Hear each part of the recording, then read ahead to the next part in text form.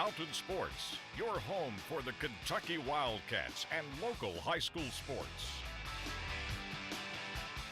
Good morning to you. He doesn't win an Oscar for his performance, but what former Kentucky Wildcat Bud Dupree did yesterday at the NFL Combine is worthy of some kind of award. Not many thought Bud would do what he did, but he did, because he jumped really high, he jumped really long, and he ran really fast.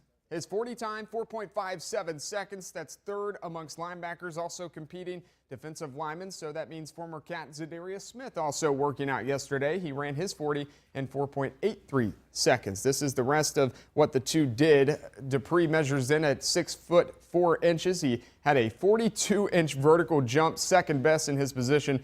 And then his broad jump is just a wow. 11 feet, 6 inches. Meanwhile, Siderius checks in at 6'6", 263. His vertical jump, 29 inches. He also had 23 reps on the bench press drill.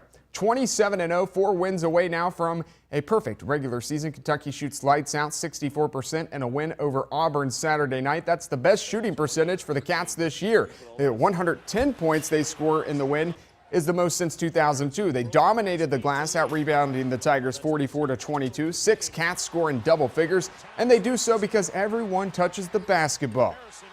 We got them pretty good today. You know, they hit us on a tough day. We were working on all cylinders and really guarding, but it was, you know, Marcus Lee gets 6, so basically the 9 guys that are playing all got 6 or more. Crazy. 25 assists. Crazy. Wait a minute. Why aren't they playing for themselves? They're playing for each other. Like most opposing coaches who leave after a loss to Kentucky this season, Auburn head coach Bruce Pearl amazed at the length of the Cats, telling the media, quote, "I can't imagine what their practices are like."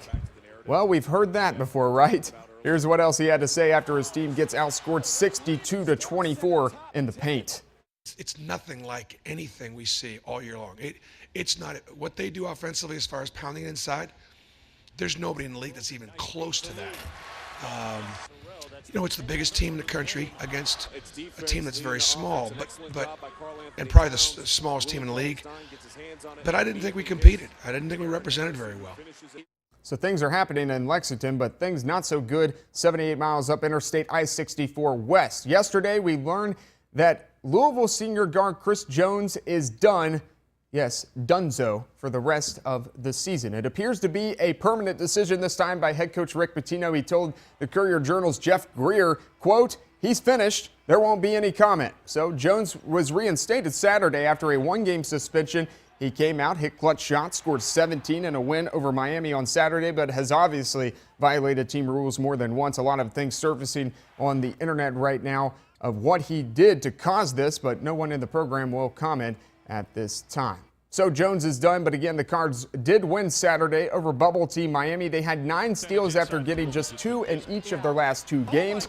Rick Pitino's squad, led by Montrezl Harrell's 21 points, 14 rebounds, including these 2 clutch free throws here at the end of the game that gave Louisville the lead for good in a back-and-forth contest. It takes that type of defense to win in this conference because we knew what was at stake for Miami. We knew what was at stake. You just turn on the television, that's all they talk about, the teams that have to win this game. And Miami played great defense, played a winning game. We just made some really good defensive plays down the stretch.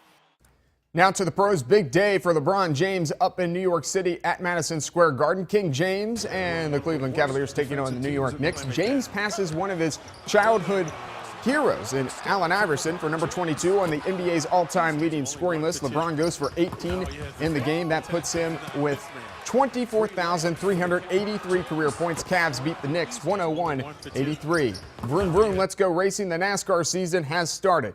Sunday, the green flag dropped at the Great American Race. Jeff Gordon starts on the pole, but he didn't finish there. Let's head down to Daytona, Florida. There's Jeff Gordon. Now he goes on to lead 87 laps in this race. Of course, that's a career record for him, but let's go right to the final lap. A huge crash that involves several cars, including Jeff Gordon.